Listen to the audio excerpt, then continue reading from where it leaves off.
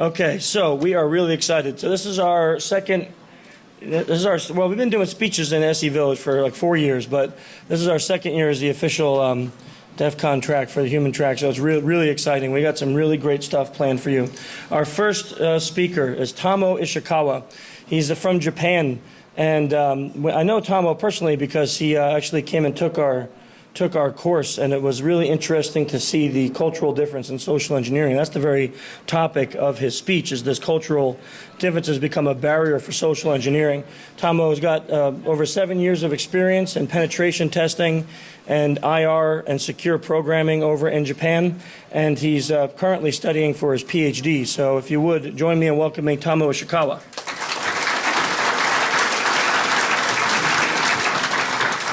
Hi, everyone. Thank you for coming today. My name is Tomohisa Ishikawa. I'd like to introduce that the cultural difference became a barrier for the social engineering. So first of all, today, I'd like to talk about a little bit the culture stuff. Also, at the same time, we'd like to talk about the social engineering stuff. First of all, let me introduce myself. As I said, Chris introduced me. I came from Japan, and I'm also, as you know, the ESL guy. English as a second language. Also, I'm also studying in the Ph.D. Currently, I'm working for the insurance company now in the security team in the Philadelphia. I have a bunch of the certification now in the specialized area is that penetration testing, incident response, or vulnerability management, that kind of stuff. So let me first of all make sure that what the situation is. Currently, the social engineering now is a remarkable attack vector now. For example, H.G. Galley gets hacked, or CIA director is also hacked. But if you think about the situation in Japan, I think I have a question that it's popular in Japan? Maybe true. It's simply because the spear phishing email attack is now popular in Japan. For example, Japanese pension system is hacked by the spear phishing email actually, but it's not so active compared with the United States. So that is why my research question is, does the cultural difference become the barrier for the social engineering? If the culture works as the barrier, the cultural difference I'd like to say cultural difference will be one of the solutions. Also, the design of it is applied to the many ways. For example, the design of the organization, design of the corporate culture, or design of the business process will be one of the effective way against the social engineering. So that is why I would like to discuss about it today. But additional note, why the idea of the cultural difference is so important is simply because the CV is there. Have you ever heard of this idea? Anyone? Do you know about it? No? Okay. Basically, if you're familiar with that, it's fine. But if you're not familiar with the idea of a CVE0, please check the sans contents. Actually, it says the human is vulnerable for the social engineer attack. It means that there is no patch Tuesday for the human being. So it means that it's still there is a vulnerable for the social engineering. So that is why we say that it is a very important stuff. So I'd like to start the discussion about it, but there is some sort of disclaimer about that. First of all, I am not cultural anthropologist, sociologist, this kind of stuff. Also, my opinion here, it's not my personal opinion. Also, it's not of my employer as a first of all.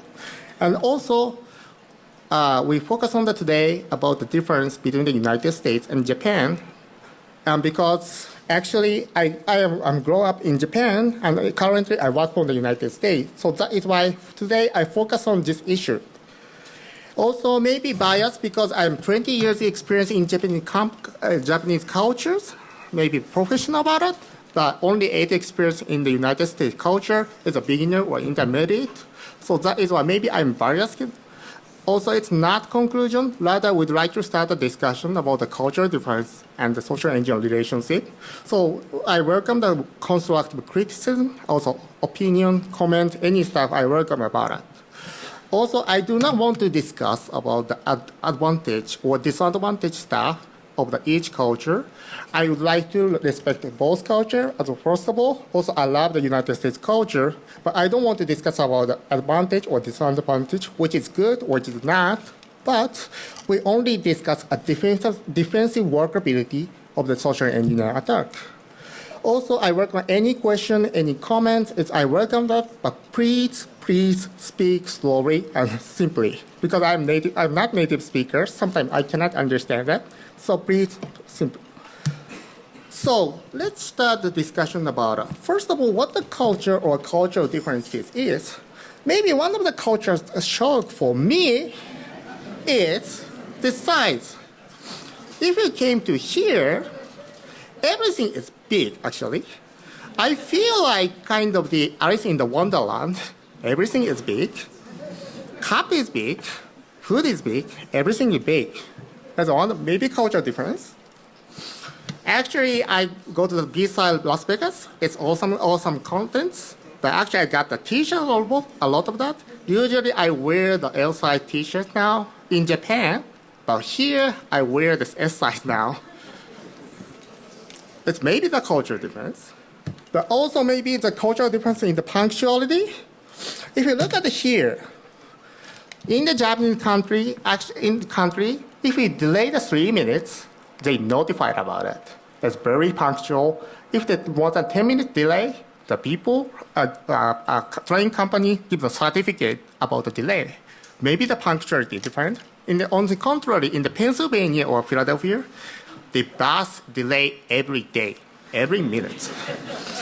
If you came the way, maybe the 20 minutes delay, it's fine. Maybe 1 hour delay, it's usual sometimes.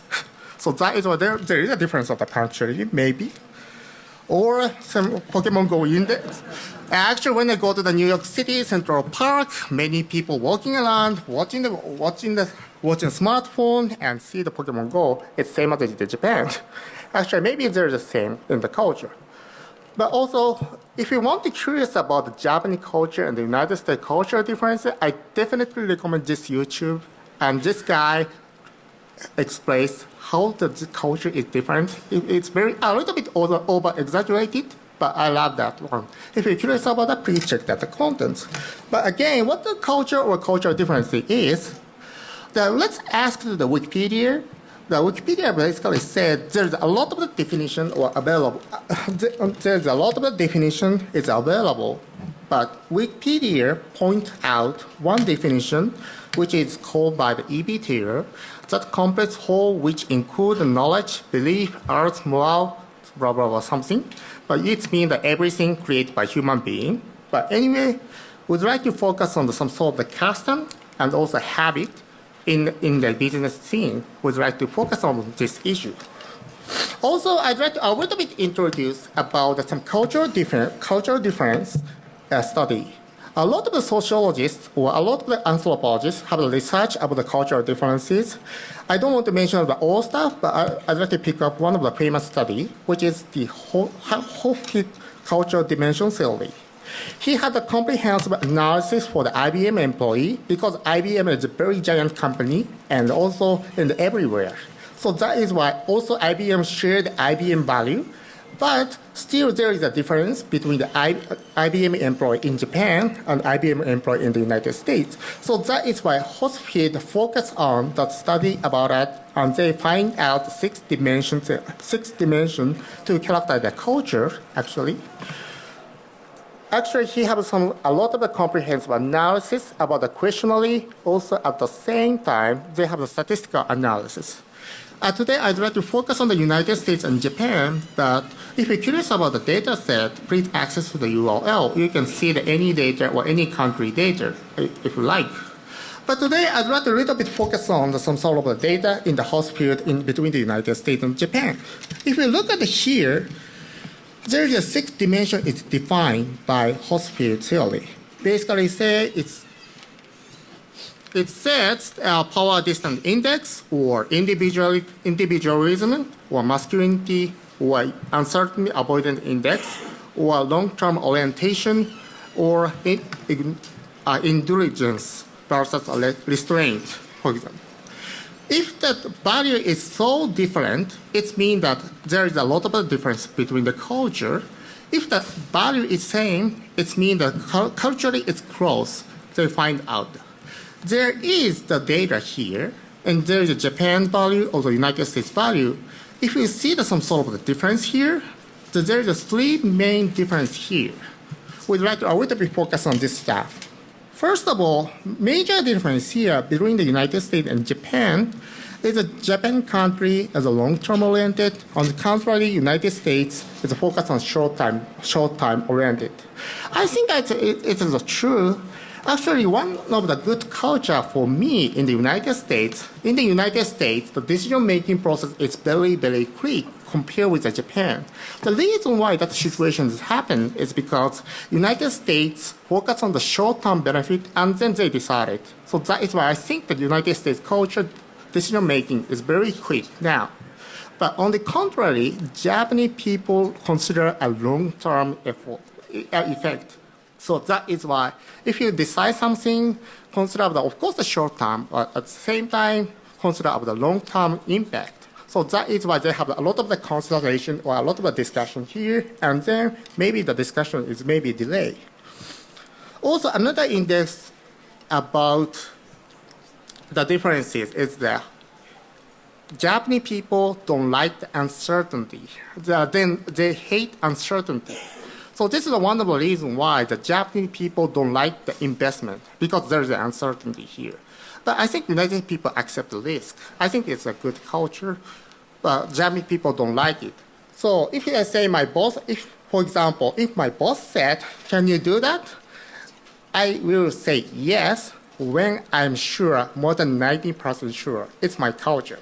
But maybe I think United States people say, yes, I can do that. Maybe sure, the 60% or 70%. I think it's a cultural differences. Also, another difference is here. It's Japanese, United States people focus on individualism, which means that focus on the families or their own benefit. On the contrary, Japanese people, of course, consider about the personal benefit, but at the same time, community benefit, for example. Many Japanese people is actually very workaholic. They sometimes contribute to the company, even though they sacrifice their personal life. Maybe that kind of a difference there. But anyway, that is a difference between Japan and the Japan culture and the United States culture here. Now we have some create the background here, and then we'd like to focus on some sort of social engineering stuff. But before that, if you do not know about the social engineering stuff, I definitely recommend the CISSP class. It's very awesome. I am actually ESL guy, but they're very informative for me. Also, there's a couple of the connection with in the class, and I definitely recommend this class. If you want to curious about it, please check this website. Also today, I'd like to discuss about the four stuff. Well, first of all, OSEN, and second of all, tailgating, also the vishing, and a little bit talk about the remittance scam in Japan. A little bit, there is a social engineering technique there. First of all, we discuss about the OSEN. What the OSEN is, I think you have an idea of what is the OSEN, but which is called, which stands for Open Source Intelligence, and they collect the necessary information by using a public resource for the social engineering. I think the cultural difference workability of the Japanese culture is maybe good, simply because the Japanese preferred anonymity and the internet. It means that it's a little bit difficult to do the OSEN. If the user, if the people use a false name or some sort of fake name, it is very hard to find out the data itself. Also, it is hard to connect the separated data into one. So that is why if the people use a false name, maybe a little bit difficult. So, but we don't have any evidence or any clue about that. So that is why we first of all start some sort of data analysis here. Today I'd like to use some sort of the data, which is MIC 2004 research. MIC stands for the Ministry of International Affairs and Communications. The reason why I picked up 2014 data is simply because there is a 6-country comparison about the usage of the social media or usage of the internet. So that is why very informative data is in this here. So that is why I'd like to pick up this one.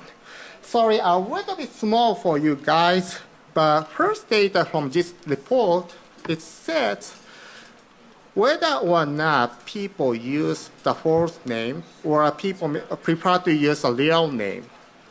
There is a bunch of the comparison here, but we focus on the Japan and the United States. If you look at the here, actually blue line is a use the false name. Red line is the kind of people who use the real name. So if you look at the here, for example, Facebook, more than 67% of the people use the real name. It's absolutely good because the Facebook recommended about that. But on the contrary, in Japan, only 30% of people use the real name. Rather, if you think about the Twitter data, actually in Japan, if we compare about the United States and Japan, actually more Japanese people prefer to use the false name, actually. Also, chat SNS, which is a Skype or WhatsApp, also use the false name. Also in the blog, it's the same situation is happened. So it means that this data clearly shown to you, Japanese people, culture prefer to use a false name, actually.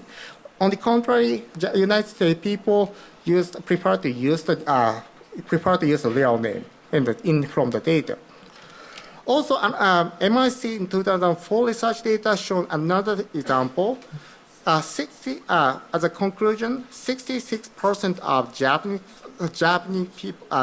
people have the antipathy against disclosing the real name.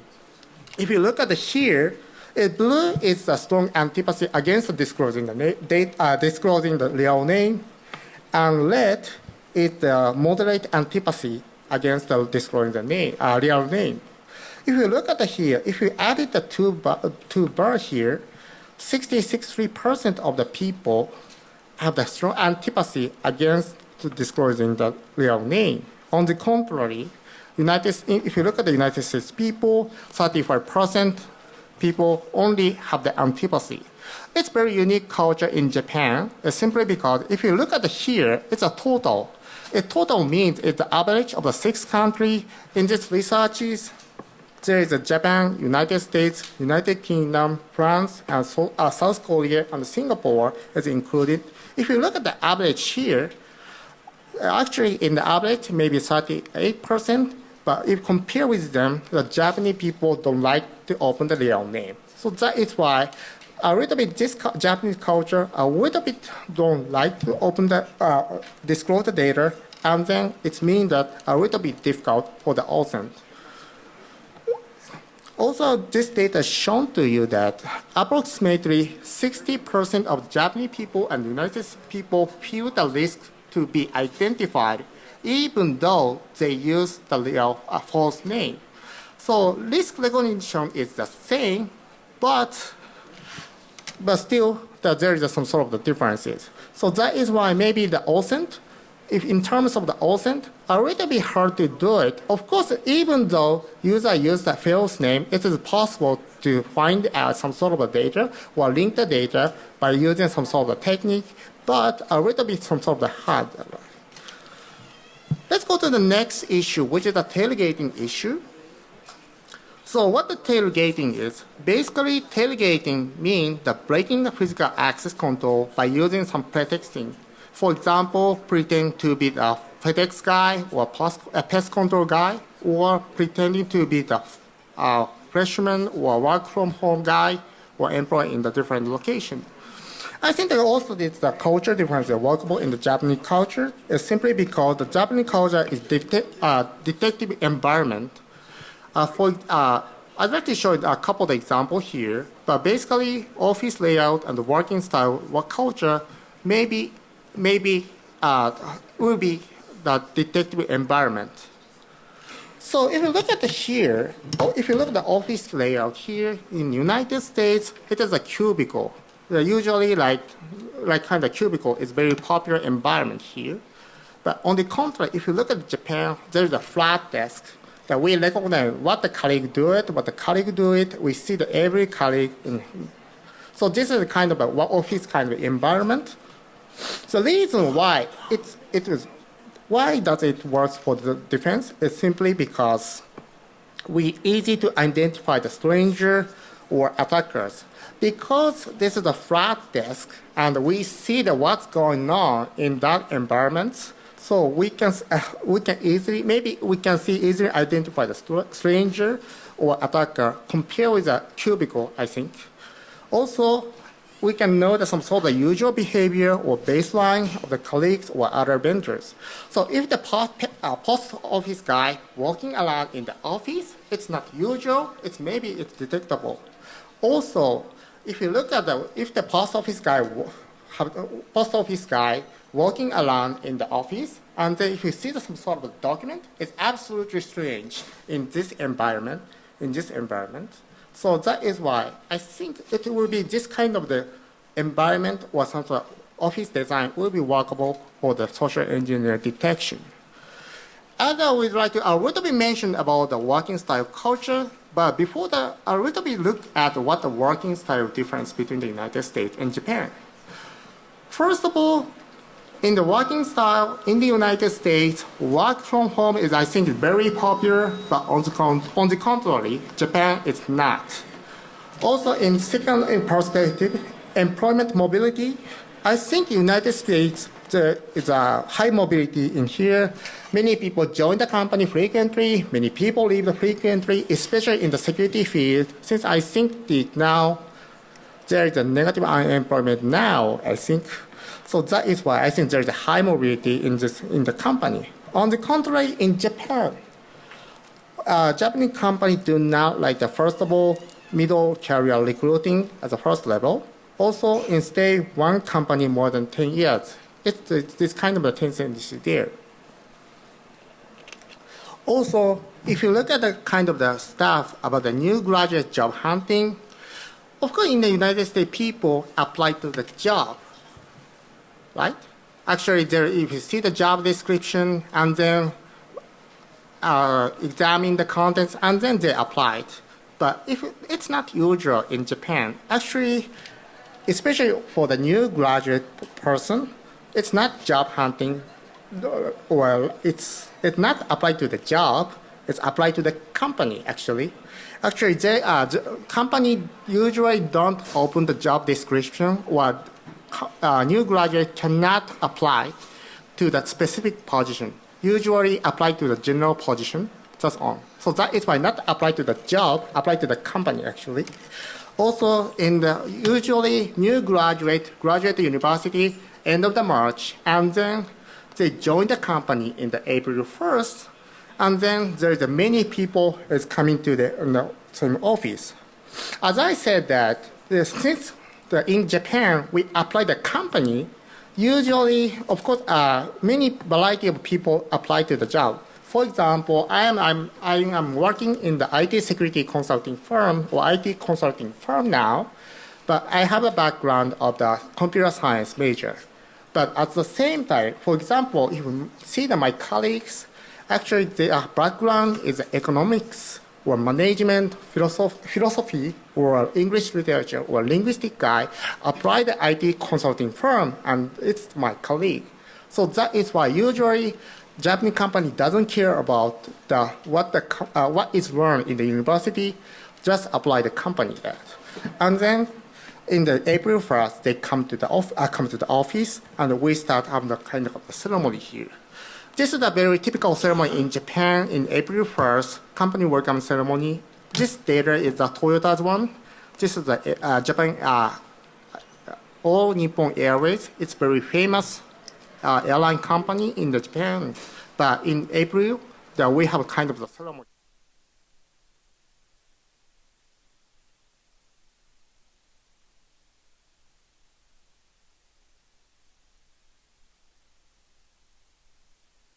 Philosophy guy have no idea about the computer science is, or what the algorithm is, or what the bubble sort is. No idea. So that is why Japanese company basically create a 2 months, 3 months, 4 months training, like the kind of the boot camp. We learn a lot of the stuff, while we have a lot of the project work after joining to the company. We have a lot of the boot camp there. Actually, in Japan, there is a many procedure. For example, in order to exchange a business card, we have some sort of procedure. if you take the phone call, we also have some sort of procedure. We learn our G stuff, and then in my company case, we learn every freshman learn about what the programming is, what the security is, what the network is. This kind of the boot camp will be done within the 2 months, 3 months, 4 months. Of course, it depends on the company. And then company assigned to the division. Basically, people or freshmen cannot choose specific job. Of course, it is possible to say, I want to go to this division, I want to go to this division. It's possible, but company finally decide which division they go. So that is why. And then it's very famous that in Japanese company, and there's a job rotation system is very popular here. I think you are not familiar with about this one. Basically, for example, my career is penetration testing, 7 years experience. It's very lucky guy because I want to do the penetration testing in my job. But usually, if we get some certain experiences, usually company offer me to move to another division to expand some sort of experiences or expand some sort of knowledges. Maybe next year or next year, company may be offered to move to another division, for example, development in the security products or security operation team, maybe, I don't know, but there is a job recruiting system there. So why I'm talking about that one is I don't want to discuss about that kind of a culture difference. Maybe you think it's good, maybe you think it's bad, but I think this kind of the culture, it creates a stronger informal connection between the colleagues. What does it mean is people join at the same time, more than 300 people join the company at the same time, and then we have a boot camp in the 2 months, 3 months, 4 months. And then we do a lot of the project works, a lot of the communication, and then people usually stay in more than 10 years. So that is why this kind of Japanese culture has creating some informal connection between the colleagues. I think it's one of the culture here. So why does it work as a difference? Because if you come the new guys or stranger, it is very easy to identify it. Usually, it is very easy to identify it. Also, informal connection will work as a validation method. If stranger is walking around in the office, maybe if you say, hey, what's going on? What are you doing? Maybe we can ask the question, when did you join the company? Maybe social engineer said in 2009. So it means that we can maybe ask the colleague who joined to the 2009, and then, do you know this guy? Maybe it's possible to identify this staff. So that is why I think it's worked for the cultural difference made. Let's go to the next issue, which is the phishing. The phishing is the kind of a phishing attack by using the phone call, for example, pretend to be a computer support guy, or pretend to be in the work from home or on the branches. Actually, currently, I'm working for the insurance company now. We have some sort of incident like the computer support guy. Actually, the target is the woman. She's an underwriter, and she works from the home usually. And then she got a phone call from some desktop support guy calling to him. Actually, since she's an underwriter and she got a phone call, your computer is infected by the malware, and underwriting information is now breached. The reason why the social engineer understands that she is an underwriter is because the LinkedIn tells about that. Then she's very upset, of course, because the malware is infected, and also the underwriting information is leaked now. The desktop support guy said, please install Microsoft Defender in order to stop the leakage. Of course, she's very upset, and also she has only joined to the 3 months before, so that she installed the product, but they need it's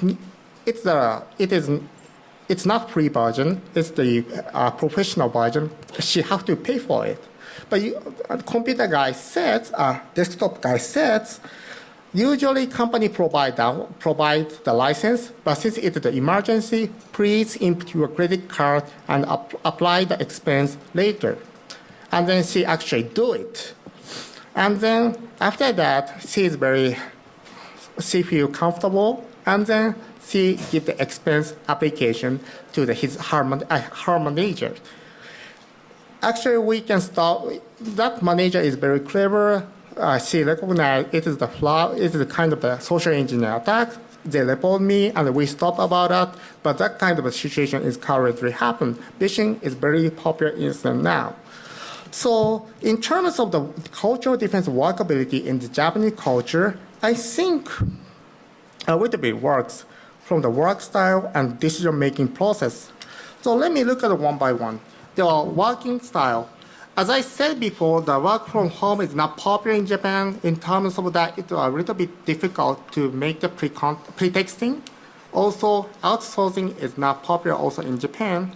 Also, employee has a strong relationship and an informal connection. Why does it work as a defense? First of all, a little bit pretexting, a little bit hard. Also, if the phone call is suspicious, it is possible to ask the question by using informal network.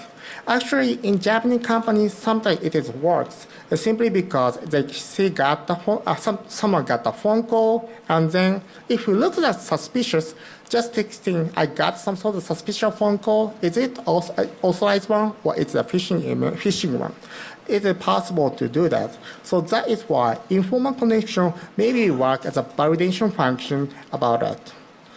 Also, Japan has a very unique phone call handling. I have a quick question for you guys. And when your colleague get a phone call, but your colleague is not your cubicle, do you take his or her phone? Usually no, right? Usually ignore it. It's his business, not mine, right? Usually ignore that. But in Japan, not sure. Usually people have to take, if the colleague is not there, if you recognize about it, Japanese people have to take it. And then listen to how can I help you and what the issue is. If possible to handle it, I have to handle it. If you cannot handle it, well, it's not out of out of my business. It's maybe just asking the question about what the issue is, who he is or who she is, and also company name, and then make a memo and leave the memo for the colleague. That kind of a Japanese phone call handling culture there. Also, in Japan, freshmen, which is a new graduate, or other administrative staff, take the phone within the 3 ringing. It's a usual rule. Usually, if you go to the freshman, the first task is taking the phone call within the 3 ringing. It's serious. Actually, it's a freshman task in Japan. So that is why I was a freshman. Since I don't want to take a phone call, I'm a little bit nervous. I'm a little bit nervous to talk about the phone call. Actually, my boss is always, what are you doing? Take your phone. People actually say that. But actually, in Japanese culture, freshmen or administrative staff take a phone call. And then, of course, the freshman has no idea to handle the issue. So usually, take a phone call, make sure what the issue is, who he is or who she is, and then transfer the call to the particular person. For example, if Michelle called to my company, and then if I was a freshman, I take a phone call, and how can I help you? I ask the question, and then if Michelle wants to talk about some specific issue with, for example, Chris, I just recognize about that, and then we say, hey, Chris, there is a phone call from the Michelle about some sort of a project. We say about that, and then we transfer the phone call to the Chris. It's a usual process in Japan country. Why does it work as a difference? It's simply, first of all, it's not intentionally, but we share the content of the phone call contents by this in the process. It's maybe we say, it's share the contents through this process. Maybe flat disk is very helpful. We could say if we just just shout out this one. Maybe intentionally we shared some sort of contents about this one. Also, since freshmen or admin staff take a phone call, by doing that, these guys can create some sort of baseline. For example, Tomo get a phone, usually financial sector or insurance company call to the Tomo, or government agency call to some sort of Chris. Maybe since Tomo is very lazy, accounting division call every time. The kind of the baseline will be created by this process. Maybe it's workable because if the suspicious phone call is coming, she or he a freshman guys can recognize that kind of stuff. So that is why, in terms of creating a baseline, it's maybe workable.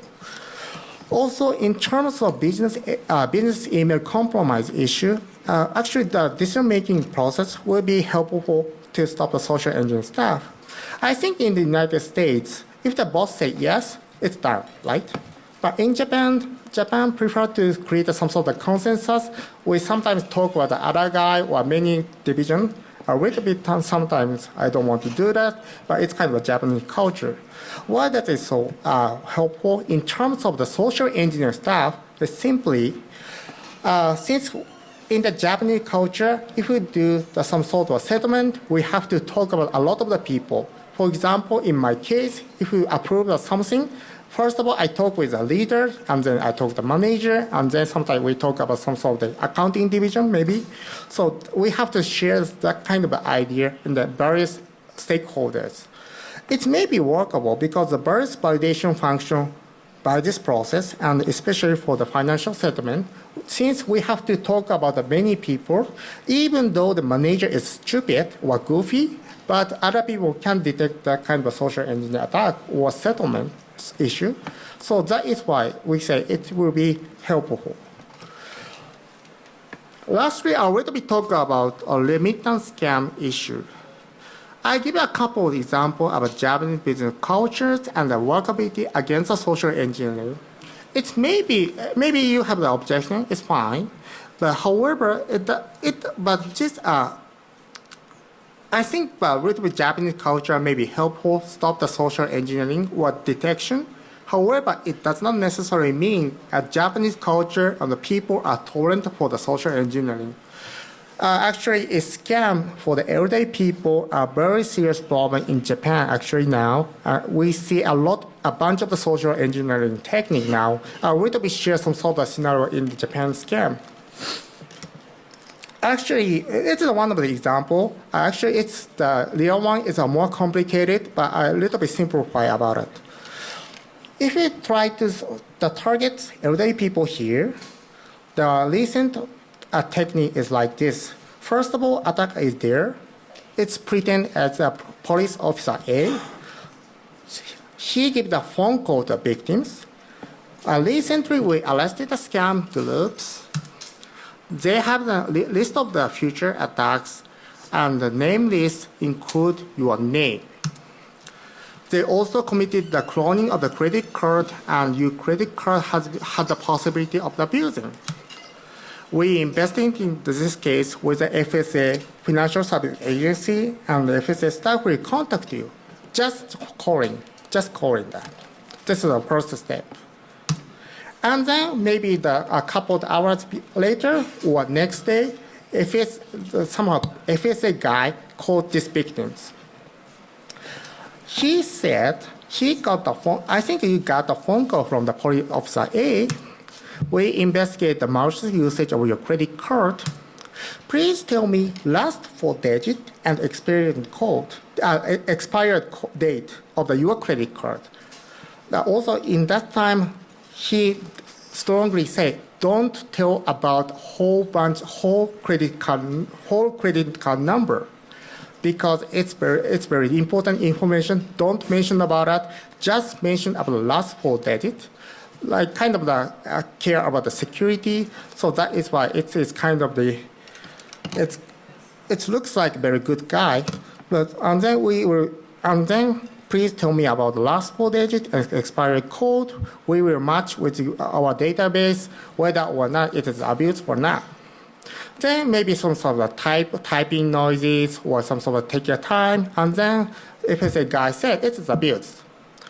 So we started some sort of process to reissue the new code, and the FSA staff go to your home and pick up it. People say that. Social engineers say that. Maybe it's a very strange process, of course. FSA doesn't care about what the card holder is, but for elderly people, it's very upset. Maybe they accept it. Maybe some clever elderly people say, why do you take about my credit card? If in that time, FSA guy said, usually it is taken care by the card company, but since it is a criminal case, first of all, FSA make sure about the credit card. The FSA guy say that. People believe that, actually. In that term, we have some sort of the technique about authority. Maybe you are familiar with Robert Cialdini. He's an awesome guy. He's a psychological professor.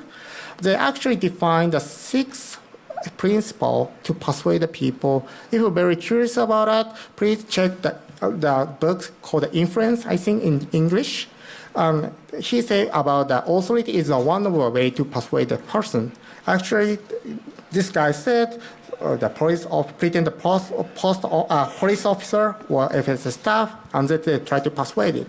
And the final step, the some FSA guy go to the home and pick up the credit card. It looks like very professional guy is coming to the very gentle guy is coming and they pick up the credit card, and then it's done. This kind of the scam is recently happened in now. We call it is called remittance scam, but recently scam is logged by bank or some sort of the bank or some sort of the agency. So that is why recently scam group tried to pick up the money or pick up the credit card on the daily.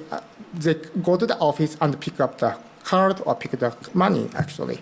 Actually, one of the bad stuff in Japan that we don't have any check system. Usually if there's a check system, people can stop it. It is possible to stop it, but in Japan, we don't have any check. So that is why if we want to give the money, usually cash. So that is why if the elderly people have try to give the money, the usually it's the cash. It is impossible to stop it in Japan situation. So that is why even though the Japanese culture, I never say Japanese culture is very strong for the social engineering, it's still this kind of the problem there. So I already quickly wrap up my presentation. My question is, does the cultural difference become a barrier for the social engineering? I think it's yes. But maybe you have the objection, it's fine. If you have any comments, please I welcome about it. But I think the beginning of my thought, maybe I misunderstand my United States culture, is maybe. But I'd like to start some sort of further discussion about it. Also, from the attacker's perspective, adjustment of the pretexting to specific culture is very important. For example, if you plan to start a business with Japan, don't throw away your business card. Usually in Japanese culture, when we exchange the business card, usually very polite, don't throw away that kind of thing. Actually, my manager is very of course, it's United citizen. When in the first meet, hey, it's my business card, like kind of stuff. But it's not popular in the Japanese culture, like kind of try to exchange some sort of procedure there. Maybe the adjustment or practicing in the specific culture is very important from the attacker's perspective. Also, I think if the cultural differences work, the design consideration of the culture or business process will be helpful to stop or detect or avoid the social engineering. I think that kind of the design is absolutely important for that kind of stuff.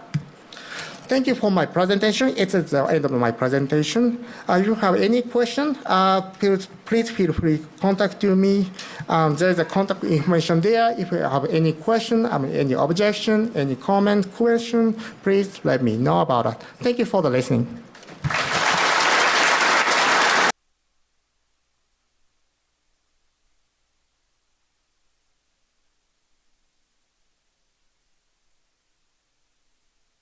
Try to repeat the question. Got one, your mic right here, if you like. We got another one over here. So. Sorry, you guys, please speak slowly and simply, like I talk with the elementary guys. Cool. Great presentation. I have a question for you. You talked about the Japanese culture right now, but have you noticed if there's any change happening in the Japanese culture as the world becomes more globalized? For example, if you look at the U.S. 50 years ago, people expected to stay at the same company for their entire life. Yeah, I think absolutely I agree with your opinion. Actually, for example, the SNL cases, now Facebook dominates the social media in Japan, actually. But previously, we have another social media called Mixi. It's much more protected one. They don't use the real name, and so that is why I think the culture is different in the day by day. Of course, we import a lot of the culture from the United States or other countries. So that is why culture is slightly different. Maybe 10 years later, maybe a little bit culture. You are definitely true that. Yeah. Thank you for your talk. When I was living in Japan, there was a popular social engineering concept among foreigners. They called it gaijin smash. That you have some problem with Japanese government or Japanese police or something like that. You just pretend I don't understand Japanese language, I don't understand Japanese culture, and just walk right through. And a lot of times that would work. In America, the opposite would not work. As a foreigner, if you're a foreigner living in America, you just ignore the police, walk right through. That goes very badly. So I was wondering if this could be sort of a flip side. You have cultural defense, maybe also cultural vulnerability, especially cross-cultural. If you're a foreigner, if you're a Japanese person walking into a Japanese office, social engineering very difficult, but maybe if you're a foreigner and you pretend you just don't understand anything, but that might be an avenue. I absolutely agree that. Maybe culture will be vulnerable for that kind of stuff. Yes, the gaijin smash is absolutely workable in Japan. Japanese people is very kind to the United States people or foreigner people, unfortunately. Even say ask a question, maybe ignore it, but if the foreigner go there, they give them a lot of the questions, a lot of the information. Gaijin smash is absolutely work. I definitely agree about that. Definitely agree. But actually, yes, it's absolutely true that, yes. Gaijin smash will be vulnerable, but also maybe it sometimes works, sometimes doesn't work. When I take the course of the quiz, in the quiz course, we have a lot of the homework. We go to the bar, we go to some sort of bookstore, we have some sort of doing some social engineering stuff. In that time, sometimes my gaijin status workable to pull out the information. Sometimes people scares me about it. Yes, it absolutely works. It sometimes works, sometimes vulnerable. Yes, thank you. Thank you very much for your talk. I wanted to ask, do you have any empirical data where you've experimented with this in a Japanese setting, or is this more of a hypothesis? Because I think that there are a lot of scenarios where we think that we have a defense against social engineering and we really don't. I think that probably a lot of the people in this room think I'm really good in defending against social engineering, and in fact, that's not the case in a lot of scenarios. So have you done any experiments with this? Actually, only few experience about it. Actually, a little bit hypothesis now, but a little bit only few cases I know about social engineering stuff now. A little bit much more hypothesis, but in terms of the how can you say? In terms of the feeling about it is not my case, or it is not. Maybe I am not. I'm not become the social engineer target, But for example, that kind of a scam is very popular now. As many people get attacked by the scam. Maybe in terms of if you analyze that kind of the case, maybe much more improve my theory, improve my hypothesis, maybe. Yeah. But Okay. a little bit hypothesis level. Yeah. Thank you. Yeah. Okay, thank you.